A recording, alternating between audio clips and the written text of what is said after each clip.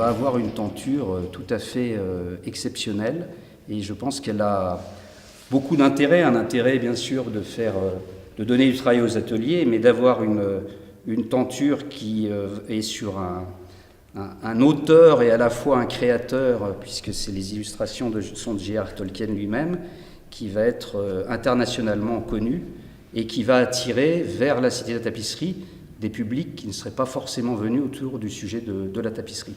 On a eu une certaine chance parce que, si vous voulez, ce n'est pas nous qui avons imposé l'idée de la tapisserie aux Tolkien. En réalité, les Tolkien se sont dit, depuis longtemps, avaient cette idée que le médium idéal pour mettre en valeur le volet graphique de l'œuvre de leur père et beau-père, qui n'avaient encore jamais mis en valeur, c'était la tapisserie qui était sans doute, ils ne pensaient pas spécialement à la tapisserie d'Aubusson, mais c'était la tapisserie qui était sans doute pour eux le meilleur support. On s'est retrouvés chez Tolkien, on s'est assis par hasard, au bout de quelques minutes, Christopher Tolkien s'est tourné vers moi pour me dire « Vous savez, monsieur, vous êtes assis dans le fauteuil qui était le fauteuil de mon père quand il a écrit Le Seigneur des Anneaux. » Alors j'imaginais ce que les fans pouvaient ressentir.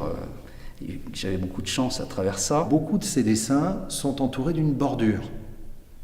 Pourquoi y a-t-il cette bordure? Est-ce une convention graphique de l'époque? On en voit, effectivement. Mais c'est souvent aussi le signe d'un intérêt, d'une pensée à une œuvre qui pourrait être tissée en tapisserie. Tolkien connaissait évidemment tout le mouvement inspiré par Ruskin et développé par William Morris avec des artistes comme Edward Burne-Jones, dans tout ce mouvement art and craft qui a permis de voir tisser en Grande-Bretagne de somptueuses tapisseries.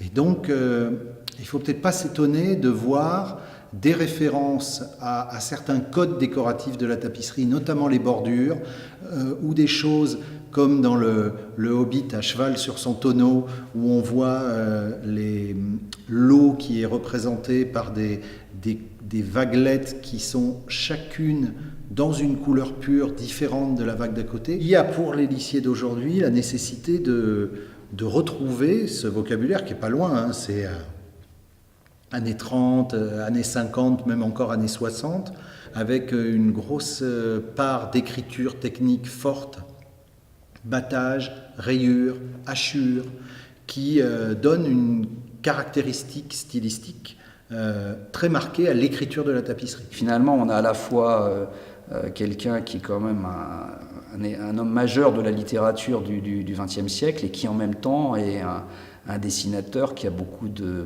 finesse, beaucoup d'humour et c'est vrai qu'on a beaucoup adapté ses œuvres, elles ont été refaites, mais nous on est ravis de revenir à la dimension originelle de ce qui s'est fait et je crois que c'est aussi un élément auquel la famille a été très sensible parce que finalement Tolkien c'est une brique à partir de laquelle beaucoup de choses se sont construites, aussi bien dans le domaine du cinéma, du jeu vidéo, etc. Mais ce qu'on a souhaité, nous, avec la tapisserie d'Aubusson, c'est rendre un hommage à celui qui est à la base de tout ça.